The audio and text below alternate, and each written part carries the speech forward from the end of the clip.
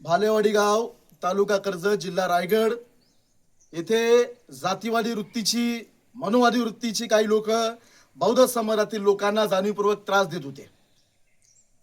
त्या दिवशी स्वतःच्या जागेवरती बांधकाम करायला गेल्यावरती बौद्ध समाजातील लोकांवरती खोटी विनयभंगाची केस टाकली गेली। बौद्ध समाजाला अपमानित केल्याबद्दल, बौद्ध समाजाला त्यांचं राहत्या घरात राहून न दिल्याबद्दल, त्यांची जागा हडप केल्याबद्दल बौद्ध समाजानं तिथे ॲट्रॉसिटी ॲक्ट टाकली होती। ॲट्रॉसिटी ॲक्ट सच्चाईने टाकली, कारण तो अन्याय बौद्ध समाजावरती झाला होता। मग ॲट्रॉसिटी ॲक्ट टाकल्यावरती यांचा हरामखोरपणा चालू झाला।